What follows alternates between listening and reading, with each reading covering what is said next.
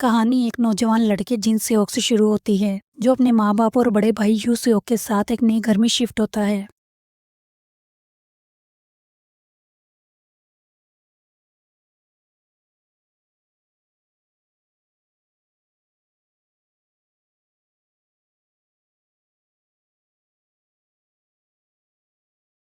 इसका बड़ा भाई इसका बहुत ख्याल रखता है। एक्सीडेंट में यू सेवक का पाँव टूट गया था, जिसकी वजह से वो लंगड़ा के चलता था।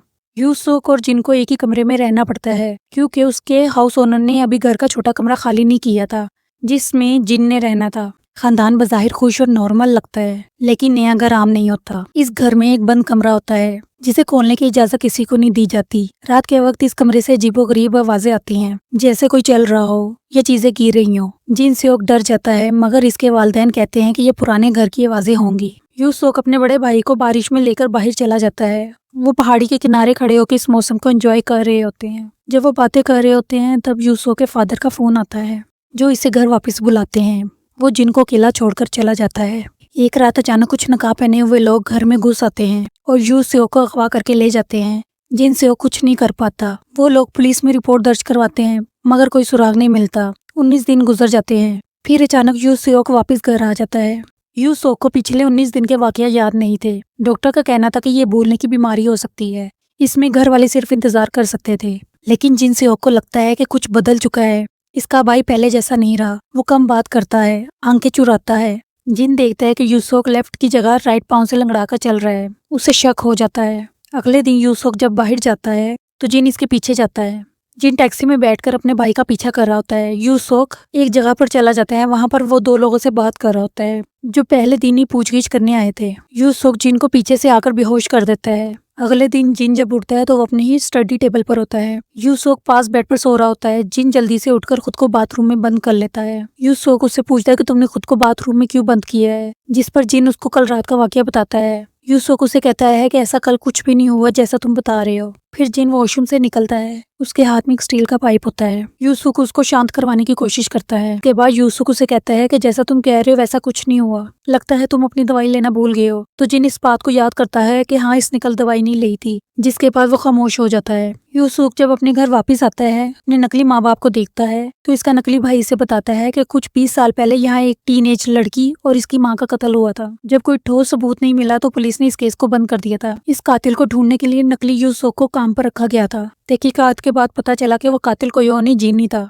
कत्ल वाली बात को कबूल करने के लिए जिन को अगवा कर लिया गया था। इसे खूब टॉर्चर किया गया, लेकिन जिन अपने जुर्म को कबूल नहीं करता। जिन का फर्जी बाप एक साइकियाट्रिस्ट था। वो बताता है कि जिन अपनी याददाश्त खो बैठा है। फिर ये वाकया 1971 वाले सीन पर लेके जाया जाता है, जिस दिन जिन अपने वालिद, अपने बड़े भाई और अपनी माँ के साथ जा रहा होता है। उनकी कार का एक्सीडेंट हो जाता है, जिसमें जिनकी माँ और बाप मर जाते, लेकिन उसका भाई शदीद जख्मी हो जाता है। उसके इलाज के लिए पैसों की जरूरत होती है। जिनको कोई नौकरी नहीं मिल रही होती। एक दिन वो ऑनलाइन नौकरी ढूंढ रहा होता है, तो कोई कहता है कि अगर वो किसी की बीवी को मारेगा तो उसको अच्छी खासी अमाउंट दी जाएगी। पहले जिन हिचकिचाता है, लेकिन फिर वो मान जाता है, क्योंकि उसको जरूरत होती है। फिर वो एक फ्लैट में जाकर एक औरत और उसकी टीनेजर बेटी को मार देता है। जिनके साथ जो पिछले दिनों हुआ था, जिनको वो भी याद नहीं था।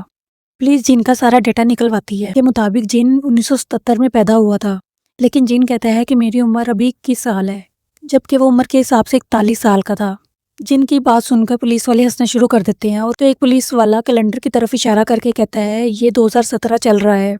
जिसके बाद जिन शीशे के सामने जाके खड़ा होता है, जिसमें उसे पता लगता है कि वो वाकई में 21 साल का नहीं, बल्कि वो 41 साल का आदमी है।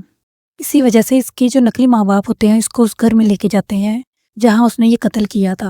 और जो रूम लॉक किया हुआ था, उसमें वो कत्ल किए गए थे, जिसमें उसकी माँ और टीनेजर लड़की मौजूद थे।